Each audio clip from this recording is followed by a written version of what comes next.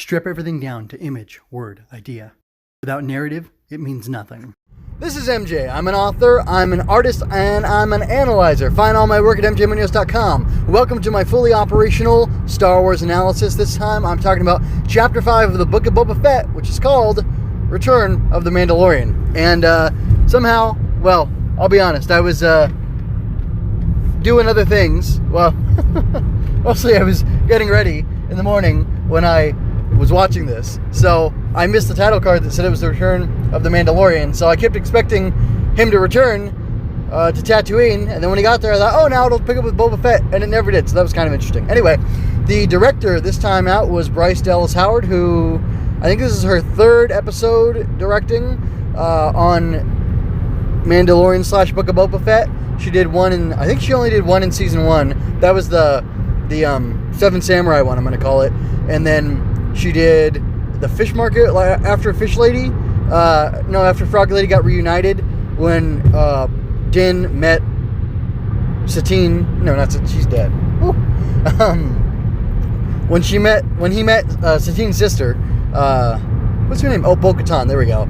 Anyway, that doesn't matter. Jon Favreau was the writer for the episode. It originally aired January 26, 2022, and sorry about the long distraction. I'm kind of forgoing my usual format. I don't even have a title for this. I don't have a title for this. I have no idea what the thrust of this is, other than the fact that I'm going to say, I don't know, it's weird. I'm going to call this It's on the House. That'll be the quote. Din says that to Fennec Shand after she hires him, and he volunteers to do it for free for Boba Fett. And I don't quite know why he went ahead and decided to work for free for Boba when he just got a new ship. He's got to pay for gas. I don't know if he's actually going to get it registered or anything else like that. But there's there's some costs he has to take care of. But anyway, I would think he'd restore, and he's got to get to Mandalore and get to the shrine or the mines, the living waters in the mines. So that's interesting. I'm going to take a whole since this episode of the Book of Boba Fett was actually like the pilot for season 3 of Mando, or the prologue to the season 3 of Mando, and it went a totally different direction than I thought it was going to, based on it being the Book of Boba Fett. I'm going to do the same thing, and I'm going to go off from tangents. First of all, I'm going to tell you, I really liked the episode. I thought it was really cool. I was a little surprised that Din got injured. I didn't realize he injured himself with a Darksaber, which that makes sense that he would have done that. And then it did seem like that guy biting him really bothered him. I thought they called the guy Klatooinian, but that couldn't have been it, because oh no, I guess he could have been. These guys look like bulldogs. They didn't look like the classic Nikto or Klatooinian guys. They look like they look like bulldogs, which I thought was weird. But they did. All the guys working in the meat market wearing their beanies and stuff reminded me of my work, because I work a very blue collar job, and it's a bunch of Mexicans trying not to be cold for half the year. And we're in Southern California, but it's colder in the shop than it is outside of the shop during the cold times, and it's hotter inside than it is outside during the hot times. So it's like the worst of both worlds, But anyway, yeah, I'm gonna go, and there's gonna be people all wearing beanies and bundled up, trying to stay warm in there while they're getting work done. So anyway, that was kind of funny. And I don't know, for some reason the bulldog look to those guys made me think of homies, and that's just that's not my roots, but that's what I grew up around. So that's kind of funny. Anyway, moving on from that, just this whole adventure of Din is cool to see. I don't understand at the end of the episode how he says he's going to go see Grogu first, how there's time for him to go see Grogu first. But I was jealous, and I thought, this guy knows where Grogu and Luke are, and I don't even know. None of us Star Wars fans know, but this guy knows. What gives? Obviously, he's fake, and it's in universe and whatnot. But gosh, that really bothers me. But it's more, I'm hopeful that we're going to get to see. But I'm sure next episode, chapter 6 is going to start with, did you get to see your little friend? Or, oh, you're all done with your errand? And he's like, yeah, I am. Now let's do this, Boba. And, that's going to be it. So, which is fine, whatever. But I really don't understand why not just make that the first episode of The Mandalorian Season 3, and then have, in the second episode, he's coming back, or maybe the second episode he goes to see Grogu, and then the third episode he comes back after having helped Boba, and it's just like, hey, True believer, look out for Book of Boba Fett, Chapter 5 and Chapter 6, where Din Djarin fought alongside Boba Fett. Yeah, you can totally do that sort of thing, but whatever. I mean, he could even say in the episode, I was with Boba Fett, and then it's like, oh, I was with Boba Fett, Book of Boba Fett. It might have happened in that show. Anyway, doesn't matter. But I don't know, like, there was some nostalgia there. It was cool to see him back with, the Armorer, I think is what we call her. I was going to say the Forger, but that's not right. But it was cool to see him back with the Armorer. It was cool to get more Mandalorian lore. Like this whole thing about the Mythosaur rising would be assigned to them. But she says the Mythosaur is just a myth or a legend. It's not real. And, that was interesting.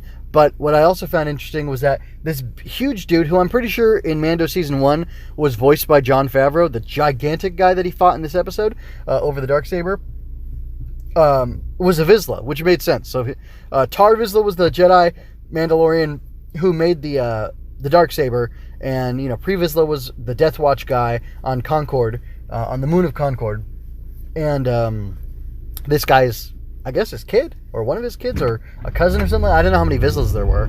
I think this guy was Pos Vizsla. Anyway, but regardless, their fight was pretty cool. It was nice to see, like, it's cool to see all the ritual stuff around them. Like, they take off their jetpacks because they're not going to use them. And I thought, oh, one of them might fall to their death. But when one of them got knocked off that catwalk, there was just, like, another catwalk right next to it, which kind of didn't make sense, but, like, it made sense for the story. But they also didn't have to be fighting on a catwalk in the first place, putting them in danger of falling off, and then having us be shocked when one of them fell onto solid ground on another catwalk type thing instead of falling off into the distance. So you guys didn't need to do that, but whatever.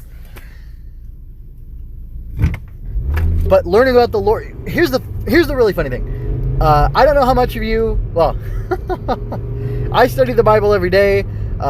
My faith is Jewish because Jesus was Jewish, so I try to be a disciple of him. I try to be a copier of Christ, so I do Jewish things like he did. But because of that, I have a very deep knowledge of the Bible. I'm talking from Genesis to Revelation.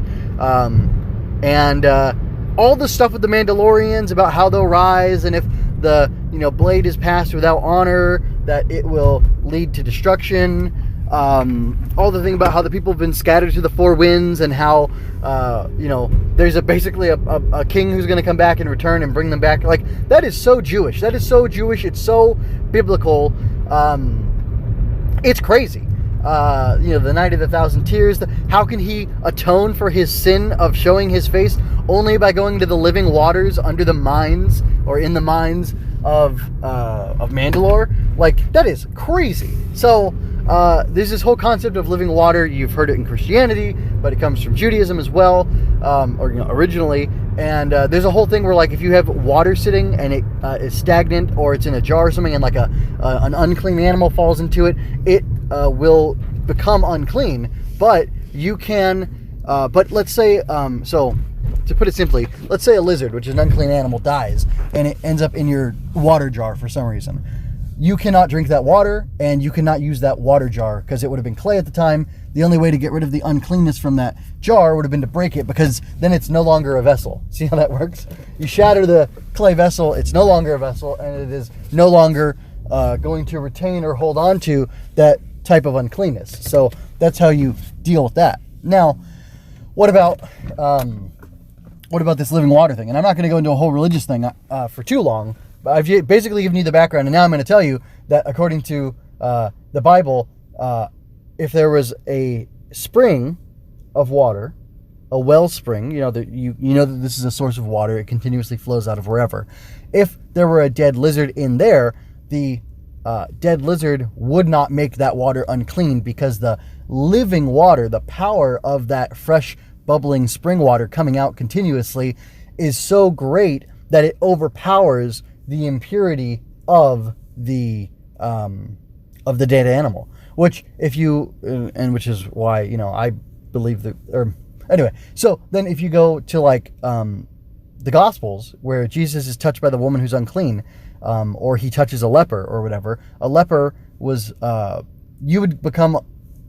leper is ritually unclean, and they're supposed to walk around covering their face up to their lip with a fabric or cloth or whatever and yelling, unclean, unclean, basically to have people stay away from them because they're unclean and they need to be secluded.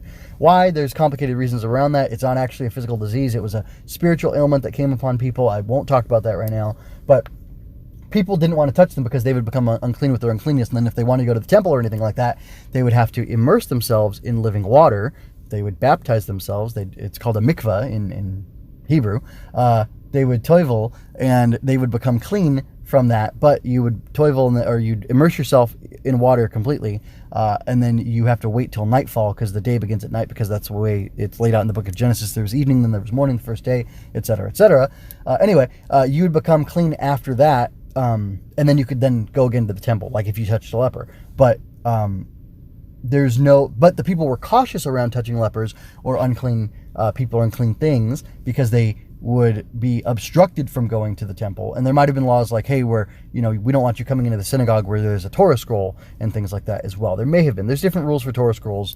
And I don't know all of them. But anyway, the point is there's this whole living water concept, and there's also this concept that certain things that are of a certain degree or level of holiness are so holy and so godly that they can overcome the power of the spiritual uncleanness from a dead animal or something like that. Another example, the woman who touched Jesus when she had the bleeding issue, she was healed, and he felt power go out from himself. Like, he was probably made unclean and probably had to mikvah from that, but he may not have been. I don't know. I wasn't there. It doesn't say specifically. And I would imagine he would have immersed him, and he went and immersed with John the Baptist, right?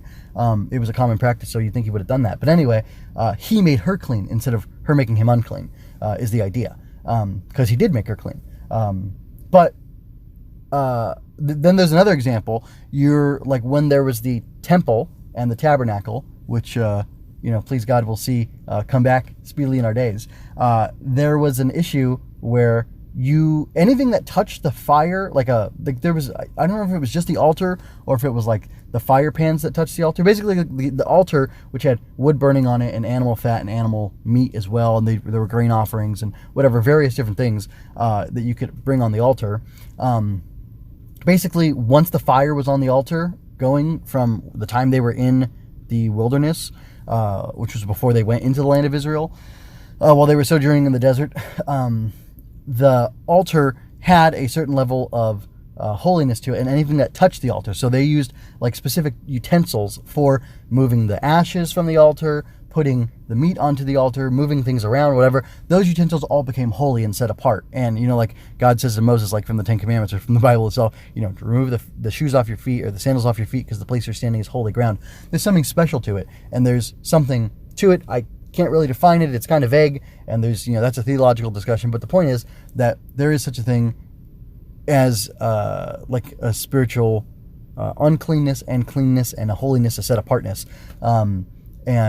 That those ideas, those themes from the Bible are being used in Mando, and it's just super interesting. I wondered if there was a way for him to fix the fact that he had revealed his face, and I thought it was really great from a storytelling perspective that they put him in a situation where he had to reveal the fact by honor that he did reveal his face and that he had sinned. And then when he asked for atonement, I was shocked because I didn't know there was a way for him to atone, but I wondered if there might be. And the idea that they're expanding things so that there is this these living waters under the mines where the Beskar was found is super interesting, and I wonder where that's going to go. I hope it leads him in Mando Season 3 to going to those mines, because they're supposed to be destroyed, but how do you destroy a mine? I mean, it's a hole in the ground. It's the mine only gets you to the thing that you're trying to get. So if he can get to that thing, then is it really a problem? I don't know. I don't think so. I think it should be okay, and I'd really like to see them explore that, and that is super exciting for me. It's such a great storytelling possibility that they opened up. So that was awesome.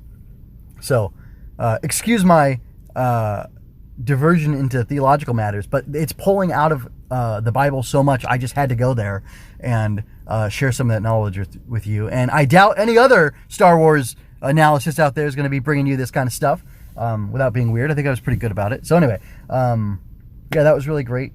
Very exciting. I love deepening the mythology of Mandalore. And I love, too, that they brought up the idea that the Jedi are all about detaching and not holding on to attachments. And Mandalore, the Mandalorian culture, is all about attachments. Din said solidarity and can't remember what he's like, unity and solidarity, or solidarity and faithfulness, or something like that is what they're all about, and that's really cool. Wow, I don't know, man. I don't know what else to say. I really enjoyed this. I really enjoyed this. And I don't know if there's an implication that Din is going to try to take Grogu away from Luke, and or take him back.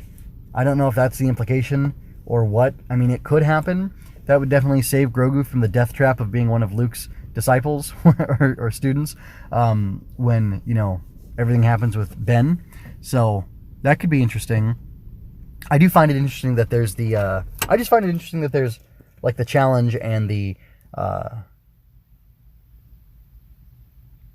idea that Din could be coming into conflict with Luke, not like an actual physical fight conflict, but gosh, that was interesting. Oh, another lore point from The Mandalorian, since we're not talking about Boba Fett, we're talking about Mando and Mandalorian culture, is that they really only use the Beskar for armor, not for weapons, and that the Beskar spear can pierce Beskar, therefore it's not a weapon they want to have because it can be used against Mandalorians. That is so cool. That's amazing. I really like that idea.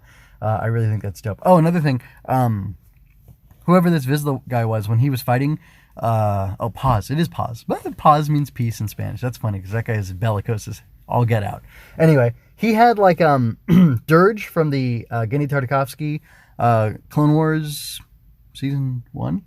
Yeah, micro series season 1. He had these energy shield thingies, little ones that came out of his arm bands, because he looked like a Mandalorian basically, that were able to block a lightsaber. And Paz has one of those. That's super cool. I know some of the Mandalorians, the Death Watch guys in season 7 had them too, but it's cooler to see it in live action, especially because I saw it back then with Dirge, and that's pretty cool. Seeing the N1 Starfighter was really cool.